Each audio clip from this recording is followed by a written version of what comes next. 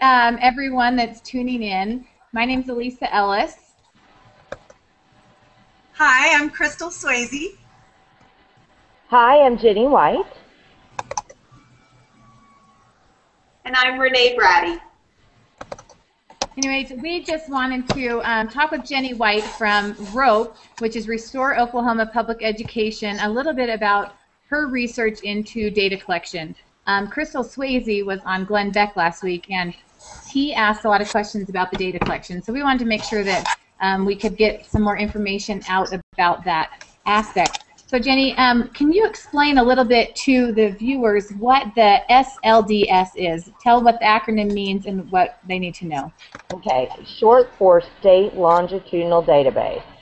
And when states filed for Race to the Top grants, and realized most of the states filed for Race to the Top grants, you had to do all 4 things in order to get a grant.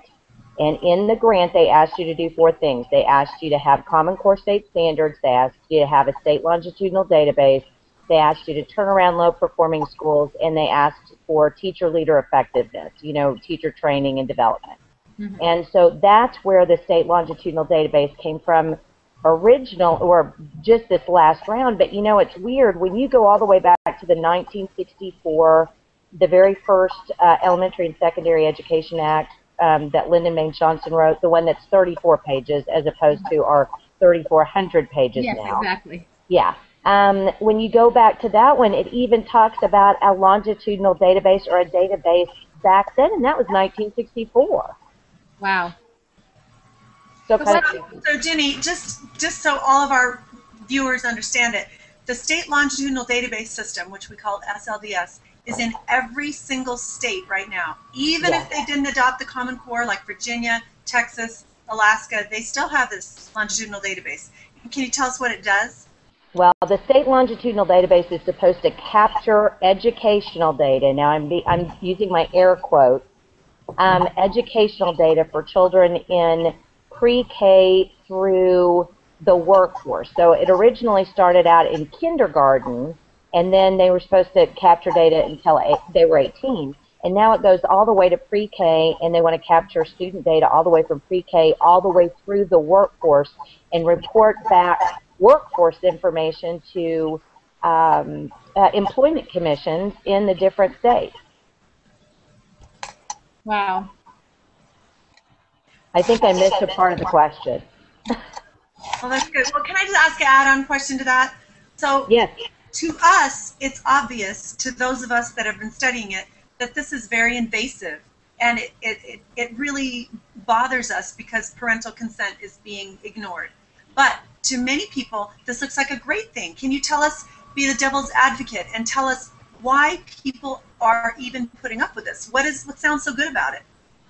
Well, I remember talking to a legislator in Oklahoma one time, and he said this is a great plan because we need to find out why we're losing so many kids and why they're not graduating. So what we really need to do is we need to capture this information so that we can determine where the kids were failing the kids in the system, and then that way we'll be able to keep more kids in school. Well, collecting data on a kid is not going to keep a kid in school. I mean, there are so many factors as to why a child would not stay in school for 18 years that there's no possible way that you could amass enough of a database for enough to cover enough of those factors to do that. But that is one of the original things. Also, too, they've told me over and over again, this is how we gather information on tests and see what tests are working, what isn't working, and where the kids are in the system. And, I mean, in a way, there's a little bit of truth to that, but more on the local level than there is. I mean, because what they're doing right now is taking states, collecting the information, and then hooking the states together to make a national database, which, by the way, is precluded in federal law. It's against federal law to have a national database, and yet that's exactly what they're doing. That's right. Yeah. Jenni, I've heard that they are going to use a national data collection model. Can you tell us a little bit more about that? Well, there are actually 2 data collection models that are up for grabs that states can use, and one of them is the National Data Collection Model, and for some reason, I I cannot think of the second model. It's slipping my head. CEDS. And I can't think of what CEDS stands for.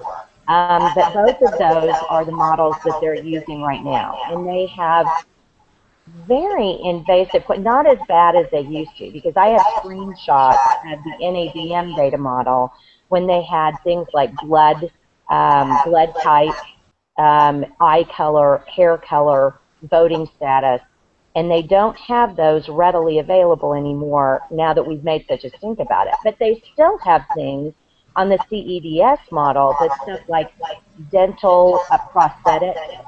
You know, do you have dental prosthetics? Well, what does that have to do? What does that have to do with anything? It just simply doesn't. And there are still 533 fields on the CEDS model that you can fill out. That's a lot of fields.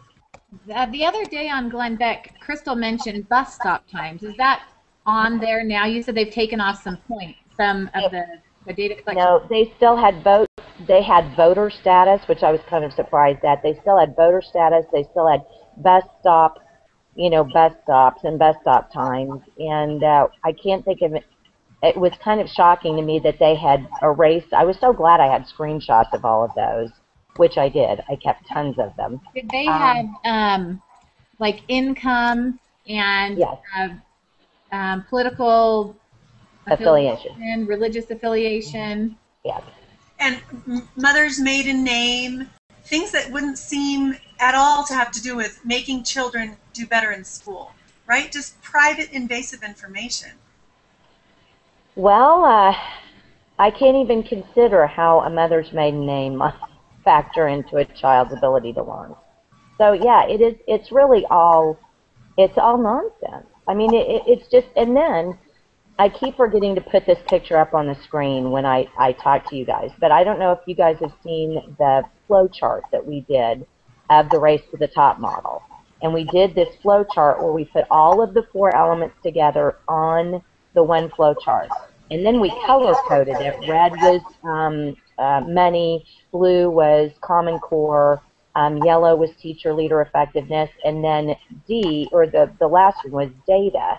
And we coded it green. And after we got finished with the whole model, 75% of the model was green.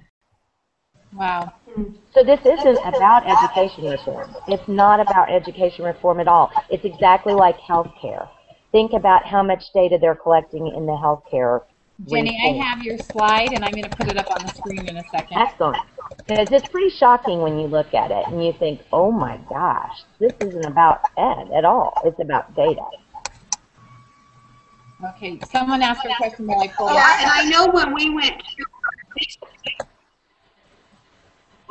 our district, that's what our student services director said about Common Core. He said this is all about data collection. You talked a little bit about Race to the Top and the requirements in there. Were there any requirements in the No Child Left Behind waiver that states applied for? Yes. The state longitudinal database is still a permanent part of the NCLB waiver because that's how they keep track of the A through F. That's their accountability measure. So you do all of these tasks and you get this A through F system, and now you have teacher leader effectiveness training where whatever the student scores goes on the teacher's record, and then the teacher can get fired for that. All of this stuff has to be in a database so that they can keep track of it. So yes, it's definitely in there. Do you want to go over that? So they're keeping data on the teachers as well as the students? Oh yes, if you go and you look at that National Education Data Model, go in there and look at it, and they've got sections, the way it's divided up, and it's school and teachers and students. And so go in and look at the data that they're going to collect on teachers. I mean, it's not quite as invasive as students, but if I were still teaching, I'd say no. I'd say good luck. Jenny, can you go over this chart again really quickly? I'll have it up on the screen. Yes, I can actually see it pretty well. If you go to the upper left-hand corner, that's all the Common Core stuff that's in the upper left-hand corner. And then if you'll notice that bottom, well, from the middle part of the bottom all the way to the far right, all of that is data. I mean, all of those arrows go right back to the national data model and to the the group that does NAEP, the National Assessment of Educational Progress. There are so many acronyms, aren't there? Yes. Yeah, and I can't see it because it's very blurry and I have my glasses Is it the on. IES or the NCES, the National Center for NCES, thank you. Yes, that's exactly what it is, and I can't think of what that, but the NCES is basically the national clearinghouse for all of the data that's collected and pushed through to schools to the federal government. They collect that, NCES. So I just wanted to share something that I learned today when I was reading the Missouri Education Watchdog website, that they had a clip or a link to a clip of a man named Sean T. Bay, B-A-Y, and he is a CEO at eScholar. He made a speech at the White House. The White House had something called Datapalooza. Have you guys heard about that? No. Datapalooza. Literally, that, I'm not making that up. The educational Datapalooza. And in this speech, if you listen to it, you can Google it on YouTube.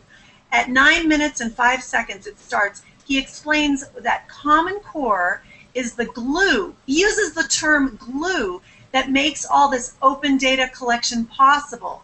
So if that's not, you know, people call us conspiracy theorists. I think it's ridiculous. The agenda is so open and so visible. If you just do a little digging, this is what they're trying to do to us. Yeah. Well, all I can do is absolutely amen what you're saying, Crystal, because I was sitting here looking at some pieces of paper that I've been compiling, all of these little pieces of paper. Here's one. I don't know if you can see it. It was a fun one that I took off. It's the power of, this is from the Data Quality Campaign. Okay. And the Data Quality Campaign is somebody that you guys really have to watch, because Data Quality Campaign is the one that's kind of pulling the strings on all of this data. They're pushing out all of the models. They're showing them how to get the data from unwary parents. I mean, if this particular piece of paper is called Data Quality Mythbusters, the Power of Communication. And it very literally details exactly what you said. There's no conspiracy about this. I mean, next time somebody calls me a conspiracy theorist, I'm going to say, well, that's just because you're ignorant. Because if you can read, it says it right here, that you just need to communicate with parents correctly in order for them to understand how badly you need their data and what data you need. So no, absolutely, what you're saying is 100% correct. They're not even hiding it. Now, why it's not getting more airplay, I cannot figure this out, because think about how long you guys even have been working on this, and it wasn't until Glenn Beck picked it up that everybody went, oh my gosh, I wonder if something's going on. I mean, this kind of garbage has been sitting out there in the public purview, and nobody's paying attention to it. Jenny, a lot of people don't quite understand. We've talked about what they're collecting, but when we go to our school board and the state representatives, they assure us that no personal information is getting out. Can you explain what disaggregated and de-identified data means and how that really is personally identifiable? See, I can't explain it because I think it's stupid. I mean, I'm sorry. Because I have probably 4 or 5 papers that I've downloaded from the web, from Verizon, from T-Mobile, cell phone companies that talk about how their data is just getting polluted. They can't keep a hold of their data is being hacked, people's personal data is getting out there.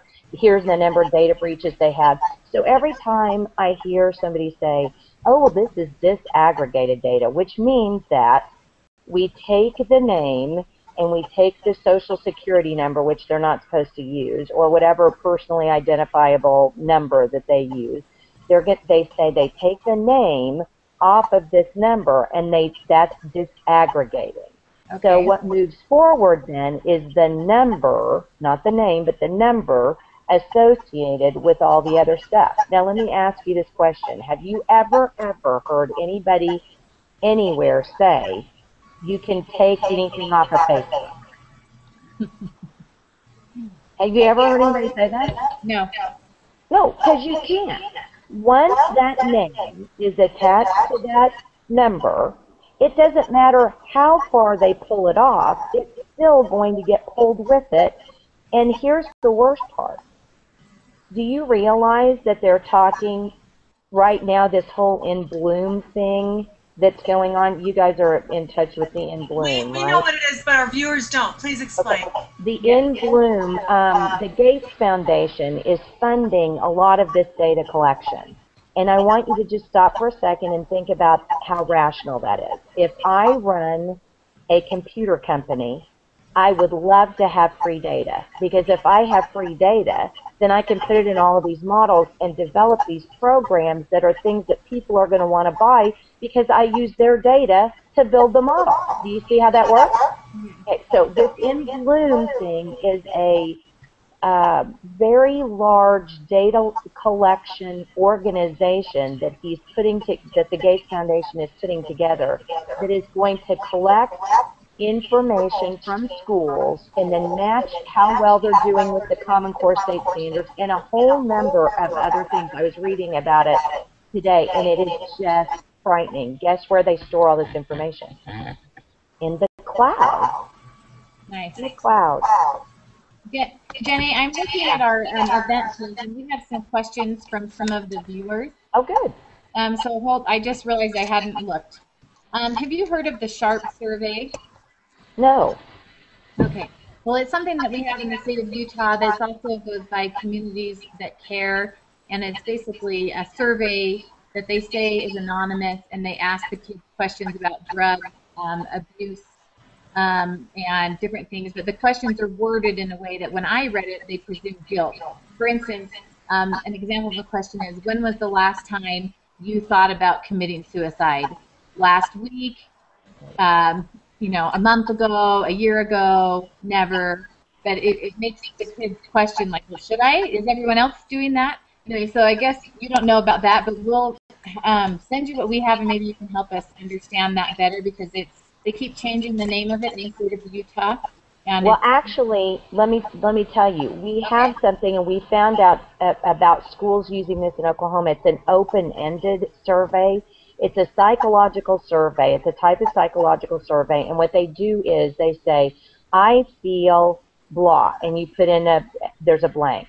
I like my best friend because my father is my favorite parent, because they just ask these questions, these open-ended questions to these kids, and then they get these answers back.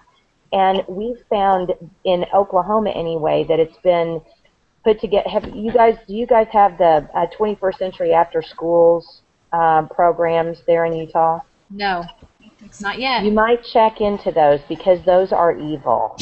And that's where we found these surveys, was attached to that. They're sending them to they're sending them to psychiatrists and psychologists' office in these communities, and then having them contact parents and say, well, you might want to look at what your child said. I mean, that's frightening. Yeah, and I have another one. What about information from a 501 and an IEP that's included in the data collection? Do you know anything about that? In Utah, that's the acronyms given to those with special needs of any sort. Yeah, an IEP is an individual education program, basically, for a special needs student. And yes, the IEP, as a matter of fact, I almost think IEP students are getting almost more data collected on them than the non-IEP students, because they're functioning so hard in trying to get these tests. See, they want to get their test scores up, and so they're just taking all of this data on them to try to develop these tests that they can pass, that they will be successful on. So yes, that is included. Okay. Let me see if I have another one. Sorry to monopolize, but I'm looking through this list. Can I ask a question real quick? Yes, go ahead. Well, I think it's really interesting that they continue to tell us that the fact that the state longitudinal database systems are interoperable with each other, because that was one of the requirements, right, of getting the money to build a state longitudinal database system. It had to be interoperable with all the other states. And they keep saying, well, we have no intention of ever sharing this data with anyone outside our state or our school district or our Utah Data Alliance, which is the 6 agencies inside Utah. But really, why is it so important to have interoperability if we're never going to share it with everybody? And at the same time, of course, that we have Chief of Staff Joanne Weiss of the Department of Education who's saying, we want to do data mashing. I mean, we would want to help states who have problems with their data mashing. So I just want to point out to our viewers that there's some dishonesty going on here, and if you think everybody is as honest as you are, they're not. And we want to be wiser than the people who are out to study us like gerbils. That's right. Well, even here in Oklahoma, it was funny, the 3 other girls who are on my board all went to go see the data collection guy at the State Department of Education, John Craman, and they basically asked him kind of the same question you just talked about, and he goes, no, we're going to share it among the states. That's what we're trying to do. Oh, he said that, right? Yeah, oh yeah, he just told them basically. That's why, one of the reasons why we wanted to get our bill done this year, our privacy bill, HB 1989, because of the fact that he just sat there in the office and went, well, yeah, of course we want to share it across the states. Why wouldn't we want to? That's exactly what we're working toward doing. So you got to hand it to this guy. At least he's honest about it. But, you know, we're still not going to do it. Right. Well, let me get back to another question. What stops them from getting into history? Like, I'm assuming that this listener is talking about the history of the child's record that maybe was pre-school.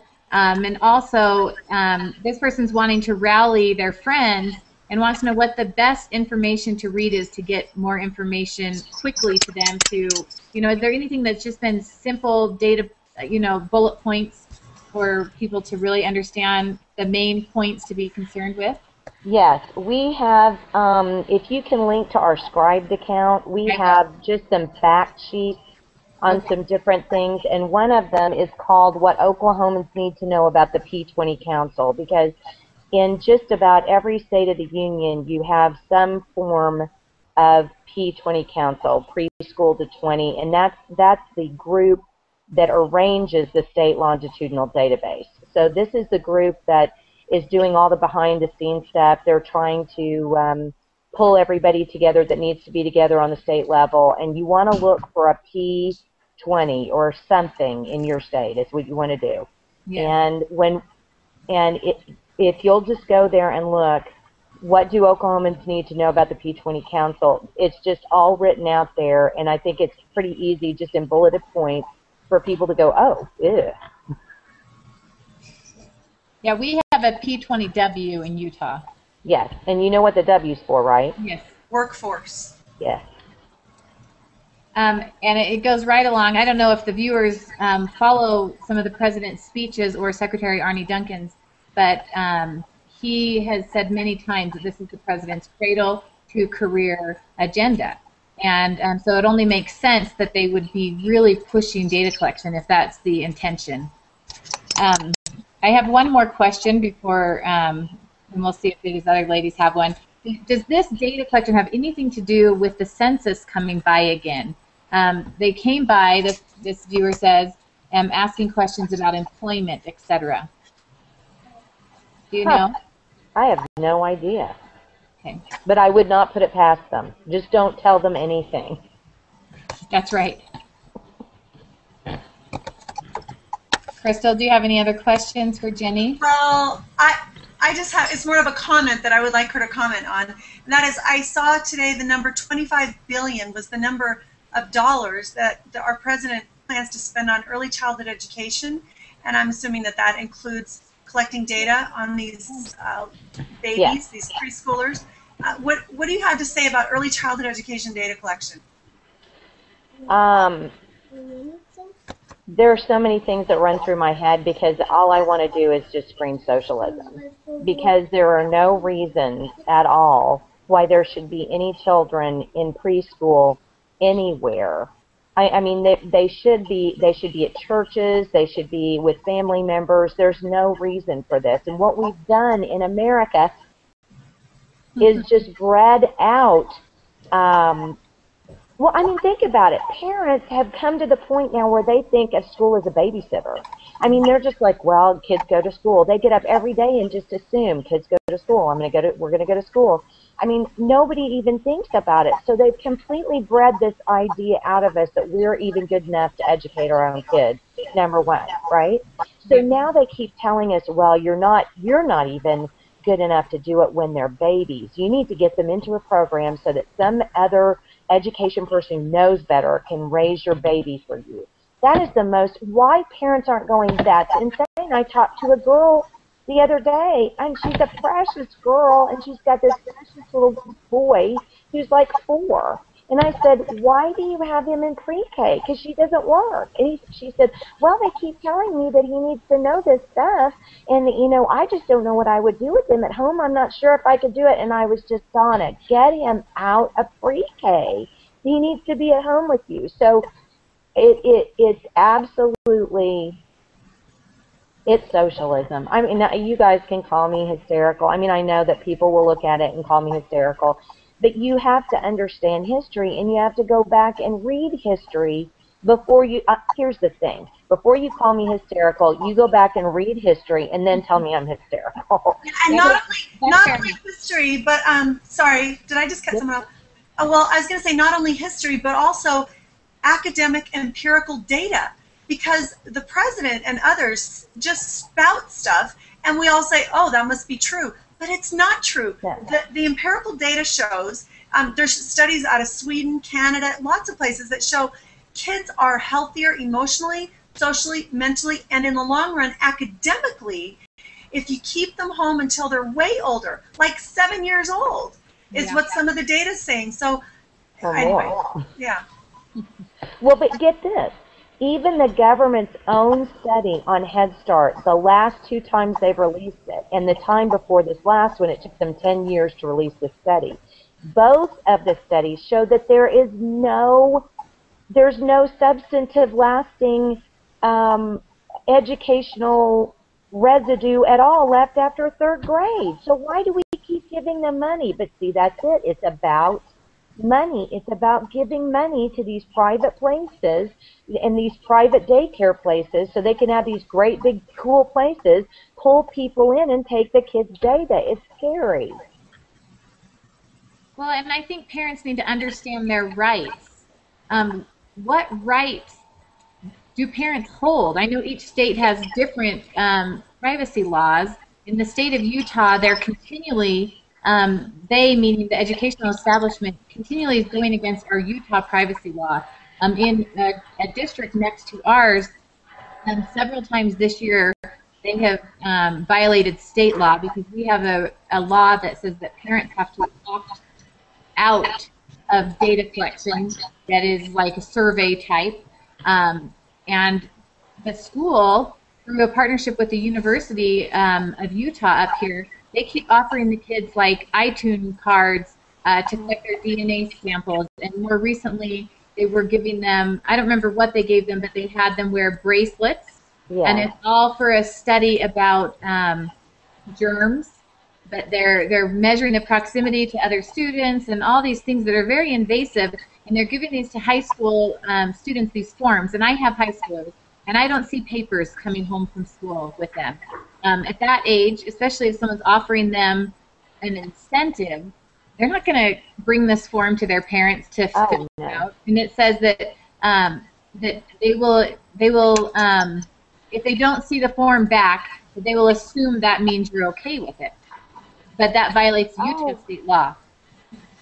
Well, yeah. No, you have to opt in. You can't just be considered part of the study. Yeah, I think I keep saying opt out. You're right, opt in. Yeah. Well, I like that better just because opt out sounds like it's too passive. That's right. That's right. You know, I want them to you know, drag me in kicking and screaming if that's what they want to do. Yeah.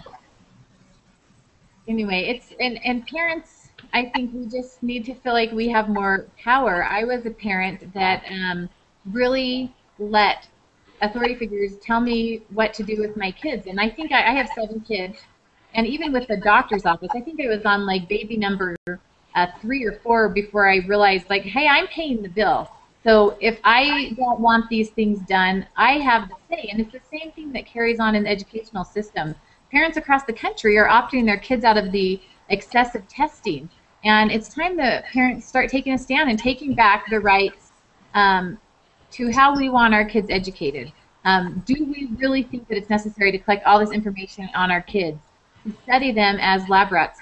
And can you explain, Jenni, real quick about the FERPA regulation that was altered and what that did, and some of the definitions? For instance, the authorized representative, and there's a provision, if I remember correctly, that says that any reasonable person could come in and with all the data collected be able to identify a student. Can you go over that a little bit?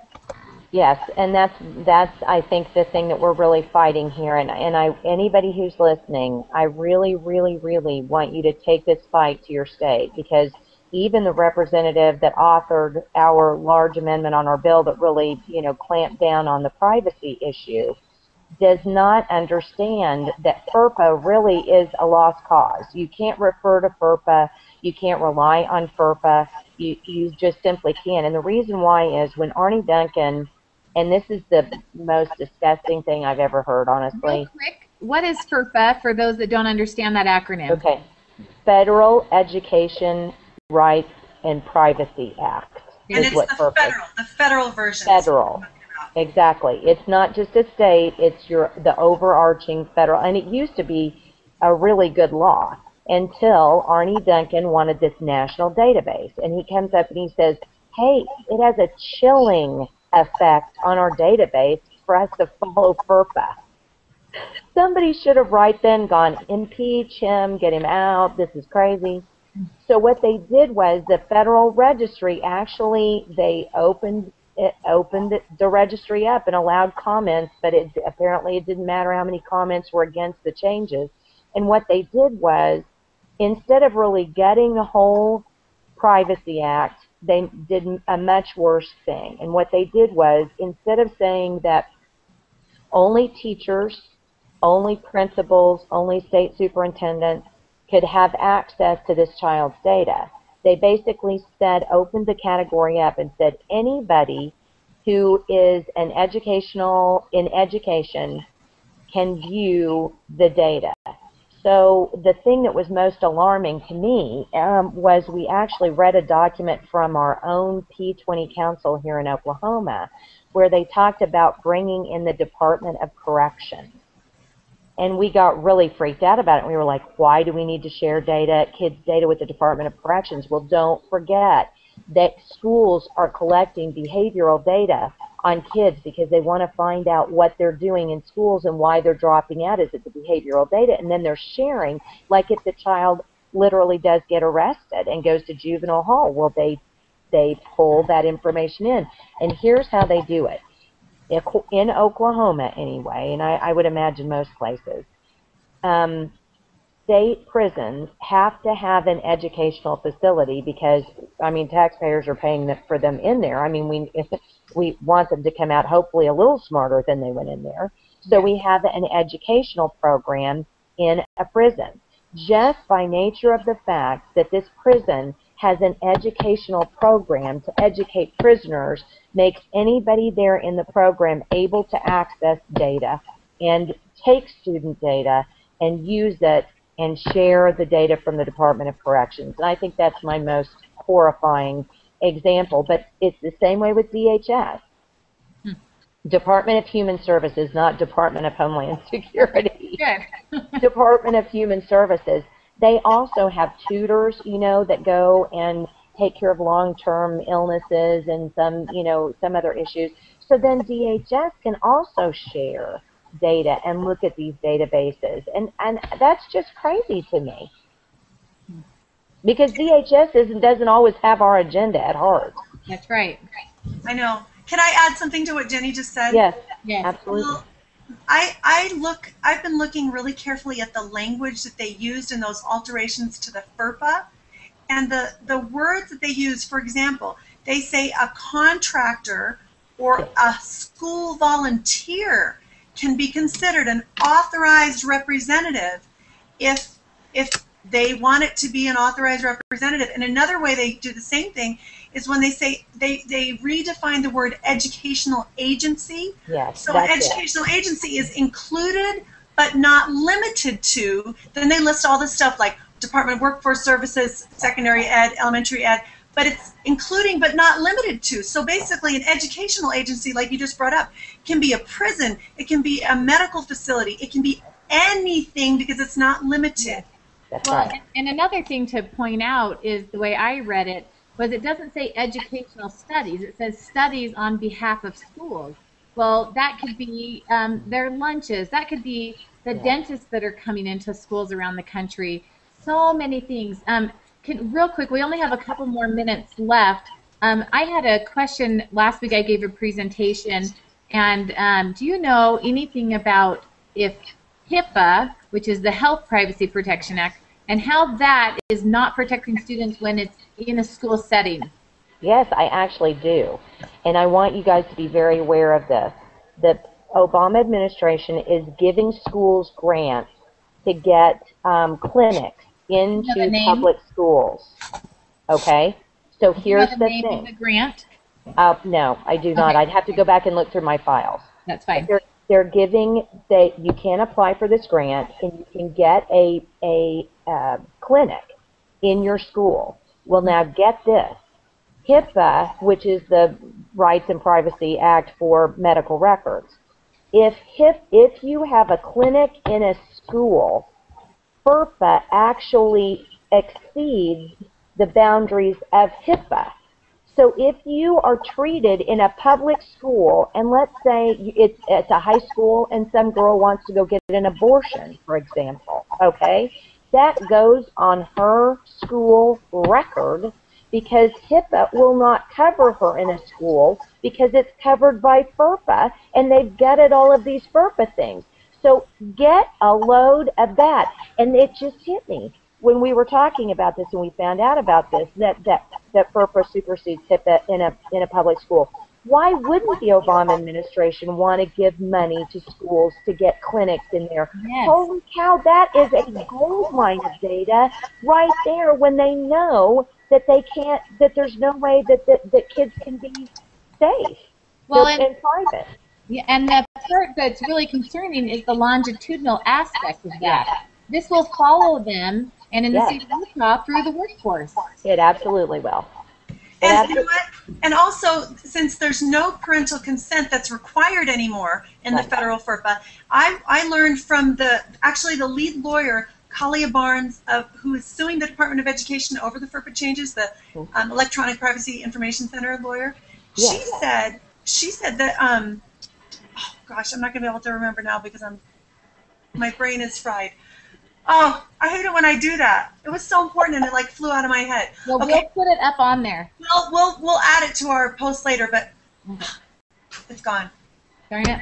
Well, I'm sorry, but I feel better because that happens to me all the time. Seriously, it just happened. Yeah, I can't remember what I was going to say.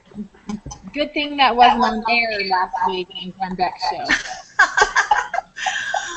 Right. Well, Jenny, we have to run, but we are so thankful that you're willing to sit down with us and help educate viewers. So many people have so many questions about the data collection.